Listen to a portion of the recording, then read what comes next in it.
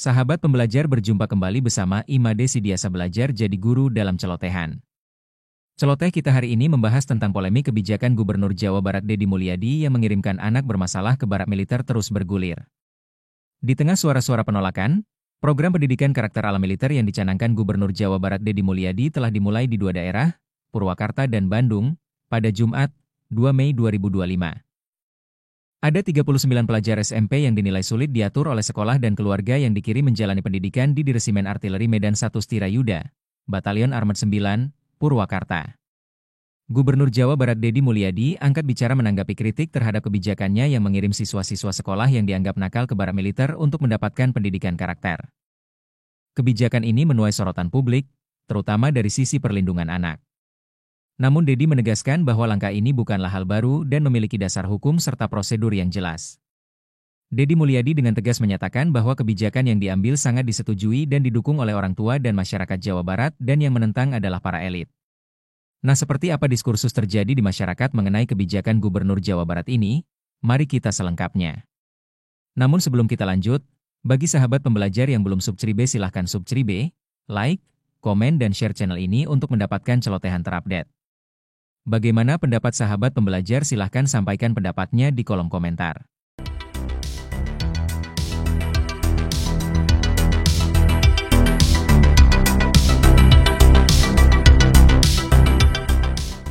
Coba gini deh ukurannya, kebijakan ini sangat disetujui oleh orang tua, dicek di media sosial, siapa sih yang paling mendukung terhadap kebijakan saya? Rakyat Jawa Barat. Siapa yang menentang? Para elit. Nah pertanyaannya, elit-elit ini ngurusin nggak anak-anak yang tawuran tiap hari? Elit-elit ini ngurusin nggak tuh anak-anak yang di kolong jembatan tidurnya tiap hari? Kan nggak ada yang ngurusin, cuman komentar aja bisanya. Like, comment, and subscribe. Dan share. Adalah ini usia anak ya, ini masih anak. Dan anak itu sebenarnya ini terlepas dari jangan salah paham bahwa seolah-olah saya ini setuju atau tidak setuju ya terhadap itu, tidak. Kita kan sedang berbicara apa yang kemudian dibicarakan ya di dalam video yang viral ini. Yang pertama, karena saya ini juga komisioner KPAI ya, pernah menjadi komisioner KPAI, setidaknya kita harus melihat gitu ya. Saya mengajak mari kita bersama melihat ini anak. Usianya belum 18 tahun ya. Ini adalah anak. Yang kedua, hak anak itu dilindungi loh. Ya untuk berpendapat, dilindungi lewat Konstitusi RI, dilindungi juga lewat Undang-Undang Perlindungan Anak. Nah yang ketiga adalah, emang kan ini tentu sih tidak setara ya. Saya sebenarnya mengapresiasi bahwa ada dialog yang dibuka oleh gubernur. Namun tadi Pak Gubernur ini kan punya relasi kuasa yang tidak seimbang dengan si anak. Ya jadi ketika anak itu terus berani berbicara, kalau saya sebagai pemerhati anak, saya menganggap bahwa ini anak sebenarnya punya keberanian luar biasa. Yang kedua adalah kan dia bicaranya sebenarnya runut, hanya dipotong-potong aja ya oleh gubernur. Jadi sedang bicara apa belum utuh sudah dipotong. Nah ini juga mengakibatkan kita tidak menangkap makna yang keseluruhan dari yang mau disampaikan oleh anak ini. Yang ketiga adalah ini kan divideokan, kemudian juga diviralkan, ya kemudian berkali-kali dikatakan ya seolah-olah tuh gini ya, nggak punya rumah tapi ngutamain ini. Jadi udah ada mengejas gitu ya anak ini gitu. Nah menurut saya sebenarnya dialog yang baik tidak seperti itu. Pertama kalau memang mau dialog ya sebaiknya sih dipanggil berdua, bicara bebas. Yang kedua adalah sekali lagi, terlepas dari ini saya bukan karena tidak setuju atau setuju dengan wisuda dengan bukan ya. Tapi dalam hal ini saya lebih melihat adalah kondisi si anak dan bagaimana anak ini berpendapat gitu, karena dia punya video-video yang sebenarnya lebih utuh kita bisa melihat. Lalu kalau ada sebuah kebijakan kemudian ada yang mengkritisi, sebenarnya dilindungi kan di negeri ini. Jadi konstitusi kita ngelindungi gitu. Jadi sebenarnya nggak apa-apa. Dan karena ini anak, bukan manusia dewasa. Ingat kita pernah jadi anak, tapi anak kan belum pernah jadi orang tua, jadi guru, atau jadi gubernur apalagi gitu. Jadi tentu cara berpikirnya beda dengan orang dewasa. Jadi pendekatan dengan anak ya, mendengarkan anak, saya rasa menjadi hal penting, apalagi sebuah kebijakan. Kebijakan publik itu harusnya juga menyentuh atau menanyakan, minta pendapat pada yang terkena langsung, termasuk anak-anak, guru, dan orang tua. Baik. Jadi sampai hari ini ya, tidak ada kajian ataupun tidak ada hasil penelitian yang menunjukkan bahwa pembelajaran akan cara-cara militeristik itu jauh lebih efektif daripada pembelajaran yang ada gitu ya. Jadi kami melihat justru ini langkah yang sangat instan, itu tiba-tiba, tidak melalui diskusi dan juga kajian yang panjang. Kami mengkhawatirkan justru ini anak-anak menjadi kelinci percobaan gitu ya, yang seharusnya ini harus disikapi dengan serius.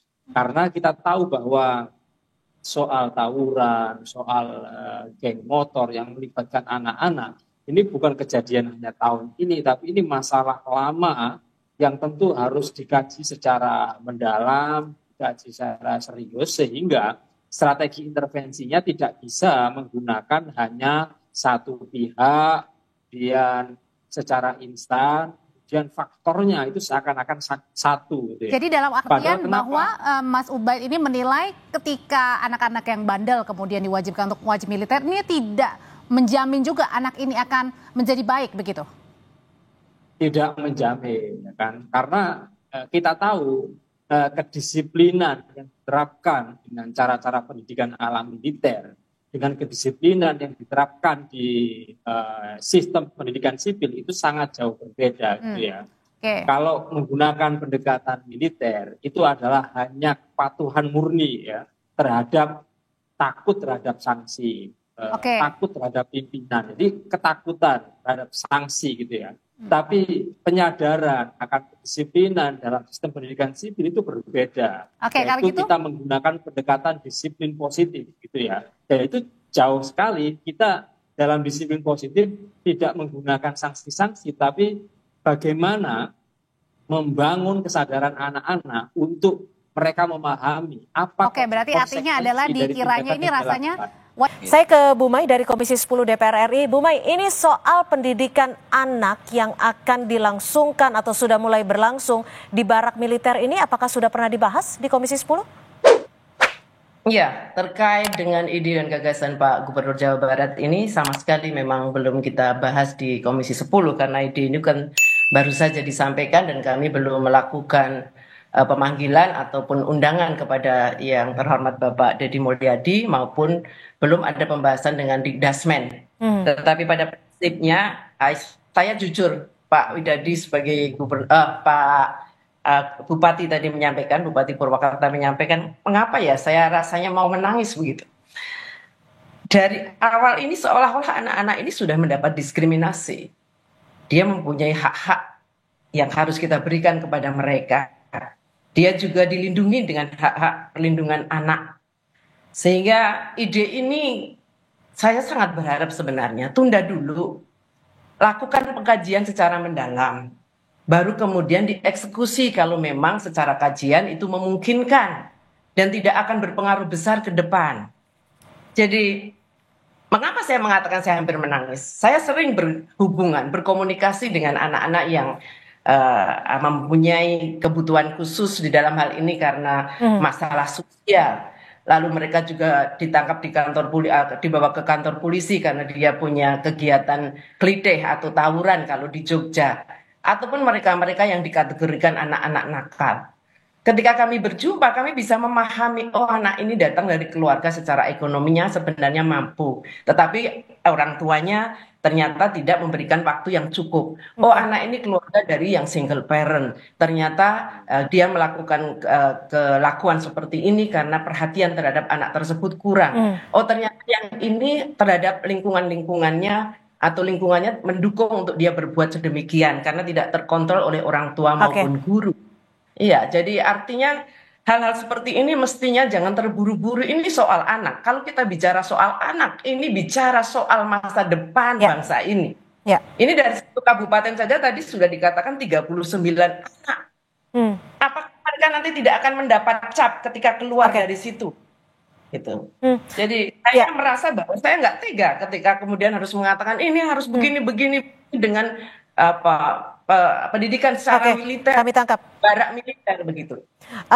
Pak Saiful, bagaimana Anda merespon dari kekhawatiran Ibu Mai dan juga kekhawatiran bahwa program ini sejatinya dikaji dulu, ditunda dulu? Ini kan bukan pendidikan militer, tapi kita titipkan di barak militer. Nah, kenapa kita titipkan di barak militer? Karena masyarakat percaya, orang tuanya dipercaya. Ketika mereka sudah tidak mampu lagi mengatasi. Coba Ibu bayangkan, bayangkan kalau jadi saya di Bupati Purwakarta, tiap hari anak-anak ditawuran, saling bacok. Bahkan ada yang kakeknya sendiri, yang dia urus nih anaknya karena orang tuanya tidak ada, dari bayi merah, dia pergi malam pulang pagi, ketika ditegur langsung dibabat habis itu kakeknya. Ibu akan melakukan apa ketika ini terjadi? Ketika para orang tua ini dia sudah merasa tidak mampu lagi ketika dia menegur kemudian anaknya melawan. Satu-satunya jalan mencari lembaga yang terpercaya menurut orang tua siswa itu, ini akan bisa mengatasi. Walaupun untuk dan mereka menyerahkan dengan sukarela. Gitu, mereka dan mereka menitipkan, dan kami anggap ini untuk solusi persoalan ke depannya itu nanti mau dibahas seperti apa. Paling tidak saat ini pemerintah kabupaten mendapatkan solusi, merasa lega bahwa besok tidak akan ada lagi tawuran, besok tidak ada lagi saling bacok, minimal mereka tingkat kedisiplinnya itu meningkat. Kan Bu bukan di tempatnya aja yang berbeda, dia tetap sekolah, gurunya datang. Kan gitu, gurunya datang nanti itu ke sini. Ke barak resimen. Bagaimana Bu Esti? Kami tangkap Pak Bupati. Tidak sebutkan sebagai anak nakal di situ, tapi itu perlu perhatian khusus. Dan mereka senang, orang tuanya senang loh. Kami tangkap Pak Bupati.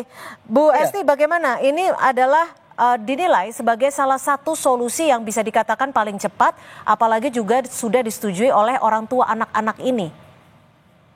Ya, sekarang ini silakan Bu Esti. Kalau Ibu tadi sedih nangis, orang tua siswa ini sudah duluan nangis, Bu, dari pagi. Dari Bupati, kemarin sudah duluan. Izin. Iya, Ibu. Ya, ini monggo. Dulu seorang guru sebelum menjadi anggota DPRD ataupun DPR RI sekarang.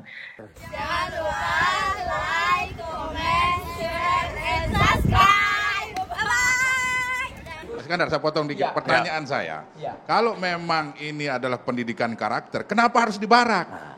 Kan pendidikan karakter nih. Kenapa harus dibarak? Bisa saja misalnya TNI tidak menggunakan pakaian loreng, tidak menggunakan atribut-atribut TNI, datang ke sekolah memberikan pendidikan karakter ala TNI.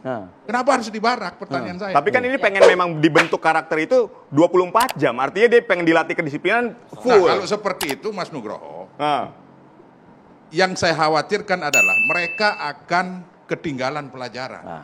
Nah, apakah kurikulum itu memang tidak disiapkan? Kan gini, hari ini kita masih berasumsi semua nih. Harus dijelaskan sama Betul, KDM. nah itu aja. Artinya sampai saat ini belum dijelaskan sama KDM aja menurut saya. Mungkin ya sudah dipikirkan juga dari jam berapa sampai jam berapa dia harus misalnya dia harus belajar dan seterusnya, itu saya yakin juga harusnya sudah dipersiapkan. Menurut Anda gimana? Kalau menurut saya itu sudah dipersiapkan. Ini pengalaman kita. Kita pernah sama-sama, tapi pada saat itu tingkat mahasiswa. Kita ada kuliah kerja di luar, kita ada dengan anak STPDN, anak universitas negeri, swasta, semuanya kita gabung.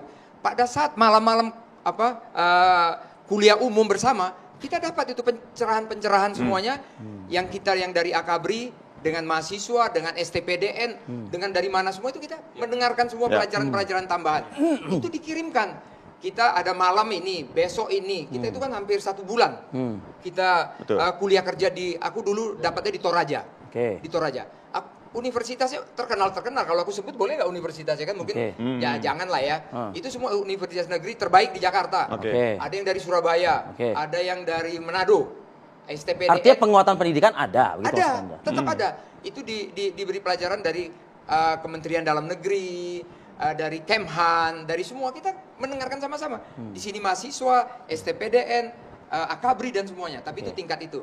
Nah, ini untuk tingkat SMA, saya yakin, saya percaya pasti ada. Masuklah anak-anak yang diduga bermasalah ini ke barak militer, hasilnya adalah mereka akan memiliki jiwa bela negara gitu. Saya yakin bela negara, cinta negara akan lebih baik dari sebelumnya. Baik, Saya yakin. gini, Bang Satrio.